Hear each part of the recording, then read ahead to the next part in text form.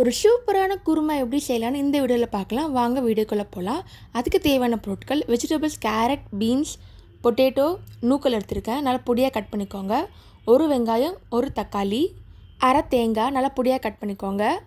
கொஞ்சமாக கேஷ்யூநட், உடச்ச கடலை, கசகசா, தாளிக்கிறதுக்கு கடுகு, சோம்பு, கரம் மசாலா.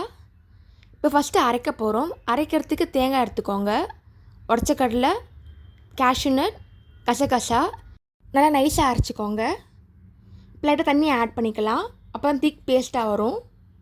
இப்போ மிக்ஸியில் அரைச்சி பாருங்கள், இந்த மாதிரி இருக்கும், திக்காக இருக்கும், நல்ல க்ரீமி டெக்ஸ்டரில் கிடைக்கும். இப்போ நெக்ஸ்ட்டு பானில் எடுத்துக்கலாம். எண்ணெய் ஆட் பண்ணிக்கோங்க. தாளிக்க போகிறோம்.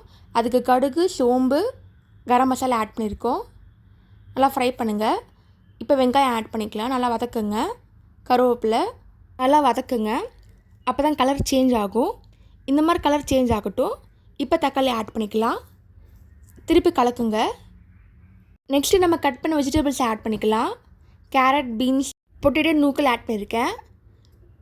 காய் நல்லா வேகணும், நல்லா மிக்ஸ் பண்ணுங்கள். இஞ்சி பூண்டு பேஸ்ட் 1 ஸ்பூன் ஆட் பண்ணிக்கோங்க, நல்லா மிக்ஸ் பண்ணிக்கோங்க. நெக்ஸ்ட்டு 1 ஸ்பூன் மஞ்சள்தூள் ஆட் பண்ணிக்கோங்க. 2 ஸ்பூன் மிளகாத்தூள் ஆட் பண்ணிக்கோங்க. உப்பு தேவையான அளவு ஆட் பண்ணிக்கோங்க, நல்லா மிக்ஸ் பண்ணிக்கோங்க. நெக்ஸ்ட்டு நம்ம தண்ணி ஆட் பண்ணிக்கிறோம், அப்போ தான் காய் நல்லா வேகும்.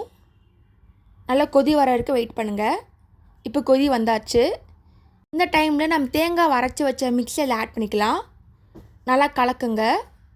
கொஞ்சம் தண்ணி கூட ஆட் பண்ணிக்கலாம், அப்போ தான் க்ரீமி டெக்ஸ்டரில் கிடைக்கும்.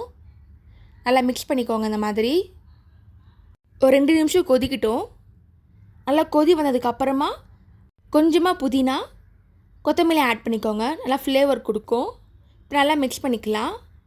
சுவையான குருமா ரெடி ஆகிடுச்சு. நீங்களும் ட்ரை பண்ணி பார்த்துட்டு எப்படி இருக்குன்னு சொல்லுங்கள். இது மாதிரி சிம்பிள் ரெசிபி யூடியூப் சேனல் போட்டிருக்கேன், அதையும் மறக்காமல் செக் பண்ணி பாருங்கள். தேங்க்ஸ் ஃபார் வாட்சிங். லைக் பண்ணுங்கள், ஷேர் பண்ணுங்கள், சப்ஸ்கிரைப் பண்ணுங்கள்.